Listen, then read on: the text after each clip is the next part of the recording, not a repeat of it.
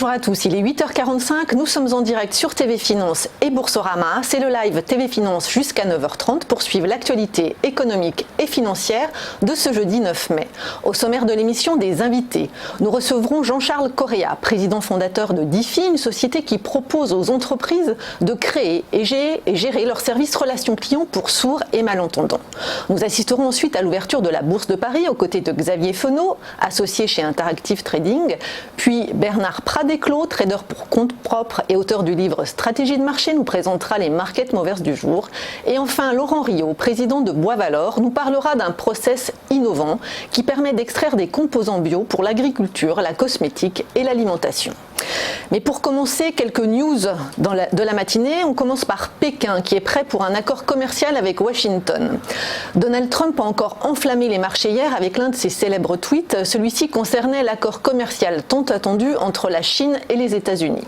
Selon le président américain, en effet, le vice-premier ministre chinois qui participe aujourd'hui et demain à Washington à la reprise des discussions sur le commerce avec les Américains vient en réalité pour conclure un accord.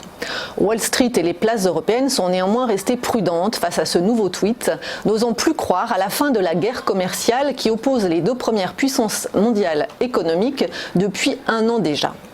La dernière salve a d'ailleurs été tirée par les Américains dimanche, Donald Trump ayant décidé de faire passer les droits de douane de 10 à 25% sur 200 milliards de dollars de produits chinois importés aux États-Unis.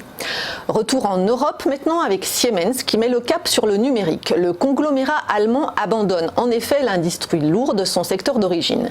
Il compte arrêter la fabrication de turbines pour centrales électriques, un segment de moins en moins rentable en raison de la transition vers des énergies renouvelables.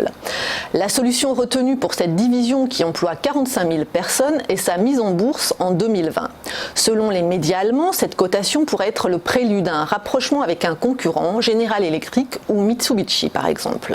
Siemens, qui a publié hier des résultats en recul de 6%, se recentre donc sur l'industrie numérisée et les infrastructures intelligentes qui constitueront désormais son cœur de métier. Un changement de cap salué en bourse, l'action Siemens en hausse de 5%, affiché hier la meilleure performance du DAX. Toujours en Allemagne, Deutsche Bank face à ses actionnaires. La première banque allemande risque de subir un désaveu public de ses actionnaires lors de sa prochaine assemblée générale le 23 mai. Plusieurs cabinets de conseil aux investisseurs préconisent un vote de défiance contre la direction. Selon eux, les actionnaires de Deutsche Bank doivent faire entendre leurs inquiétudes face aux défaillances persistantes de l'établissement en matière de lutte contre le blanchiment d'argent qui ont déjà coûté des milliards de dollars d'amende à l'établissement et rendu le cours de bourse fragile au point même de menacer l'existence de la banque. À cela s'ajoute l'échec récent des discussions de fusion avec Commerzbank et de mauvais résultats. Dans ce contexte, même si le vote des actionnaires n'est que consultatif et sans conséquences juridiques, il s'inscrit dans un mouvement de contestation dont Bayer et la banque UBS ont déjà fait les frais lors de leurs AG respectives.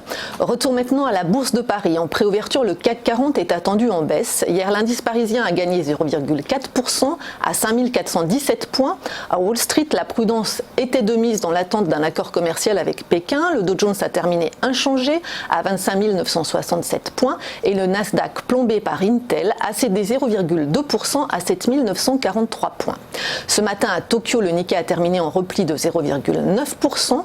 Sur les marchés d'échange, l'euro est repassé sous 1,12 $. Côté pétrole, ça baisse un peu. Le baril de Brent s'échange sous 70 $ et le brut léger américain à moins de 62 $.